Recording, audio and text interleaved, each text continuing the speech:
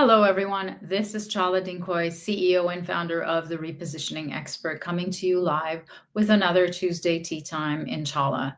Today in my country is a day of celebration. It's Canada Day. It's July 1st, but I can't celebrate because of the horrendous news that we got as soon as we came back from the WeBank conference in New Orleans last week, where I was at.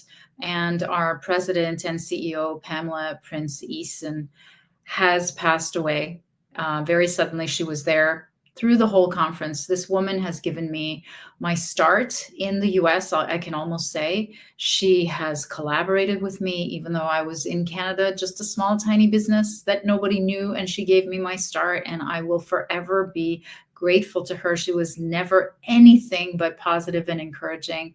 And my heart goes out to the entire community, her family. And I'm so sad and find myself thinking about her often and how fleeting it all is. I mean, we talk about money and business, and we talk about clients and marketing, but at the end of the day, it's all about us and people and how we feel, and everything else seems so small and meaningless.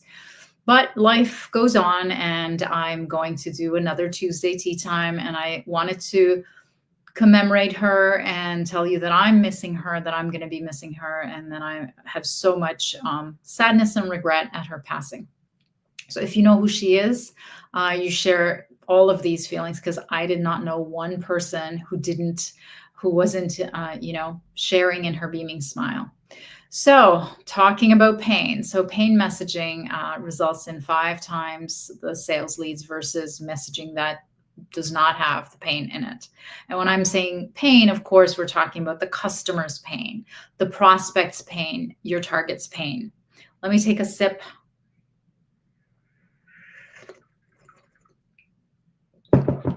Okay, so where do we start with pain marketing?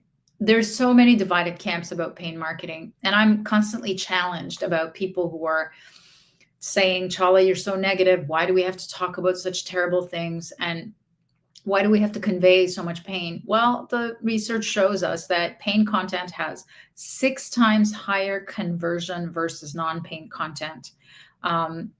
Pain-based marketing content generated 97% more backlinks, people clicking back to read it. And then pain-based content landed 434% more SEO results. So people are just more interested. In fact, there's a story about how all of social media and Facebook, when it began, unintentionally noticed that negative-based stories, pain-based stories were getting a lot more readers. I mean, the same exact event could have been posted by somebody who complained about something that happened at the event versus somebody who praised something about the event. And the pain-based marketing one, and it wasn't even marketing, just the fact that there was something negative in that story, would always get more likes. So unintentionally, this became the fabric of the entire algorithms that started writing and running the social media. And there's so many sociologists and psychologists who are now saying how dangerous this is, how dangerous it is for kids, and so on. Now, is this dangerous, in marketing? This is a psychological phenomenon. If you want to use it to get in front of your target, it's something that you need to do in order to be able to sell your products and services that are going to help your clients. You can't help human psychology and biology. We are wired from our DNA to watch for danger and to constantly scan our environment from danger. And when you're speaking to your customer's pain, that's what they're doing. They pick up on the fact that they're struggling with that, whatever it is in your message, in your content, and they need to read it because it could potentially help them, and it will help them. That's why you've become niched in that super niche of helping them in that target pain. Let me just take you, I know I said a whole bunch there, but let me take you step by step on how to use pain in your marketing. So the first way, I mean, this hopefully you're convinced by now. The first you have to start with deciding who the target is. It's very, very important in anything related to marketing. Any time you hire anybody that has anything to do with the marketing, they're going to ask you, the first question is, who is your target? Because they simply can't put together anything, can't buy advertising, can't write any copy, can't draw anything without knowing who your target is. Now, how do you decide who your target is? Please don't do the throwing spaghetti at the wall, guessing, looking at your competitors, looking at your history. So your historic, who has bought from you. Those are not the way that you determine your strategic target. There's a whole way of doing that. I've talked about it in the past.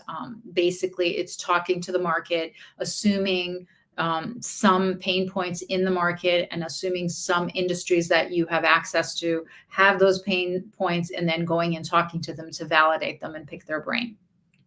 So it's very important to go through a process, a strategic process, and decide who your target is, because different targets have different pain points, or worse, you might think that they have the same, multiple targets have the same pain point, but they speak very differently about it. Different industries have different ways of describing the pain. They have different ways of describing who they target. So they have just different. So here, I give you an example. The lack of buyers as a whole is the problem, but dentists call buyers patients. B2B companies call their buyers clients, and B2C companies call their buyers customers. So even in just that simple division, you need to figure out who your target is so that you can figure out your pain-based messaging. So once you figure out who the target is, then I want you to identify what their dreams are, what their vision is, and with respect to what you can help them with. If it's something that you can't help them with. So for example, I always don't ask your prospect, what would you like, as a generic whole, because they could say, oh, I'd like some world peace.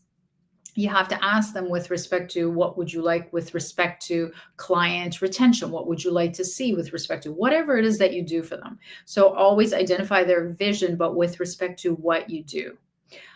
Number 3 is identify their costliest obstacle to their vision. So this could be cost in dollars. So, businesses bleed in dollars. This could be their tears, sweat, loss of time, emotional damage, health, anything at all. There's so many ways of looking at pain. And so I'm getting a call at the same time, so I'm trying to ignore it. And then number 4 is I want you to super niche even further when you ask, why does this problem even exist? And so it could be, I'll give you the example, a lack of clients could be due to low visibility, lack of strategy, lack of implementation, or poor word of mouth after the service delivery, because you don't know. It could be any one of those things, and you need to put that into your pain statement. Now, the last step is, of course, putting it all together in your super niche statement. And I wanted to give you an example of my super niche statement, which is my elevator pitch. Is, did you know that 3 out of 4 small business owners never get to never get asked for their business card or for an appointment when they introduce themselves to their prospect? And what I do is I fix what they're saying so that every hello turns into a welcome or an invitation to a meeting.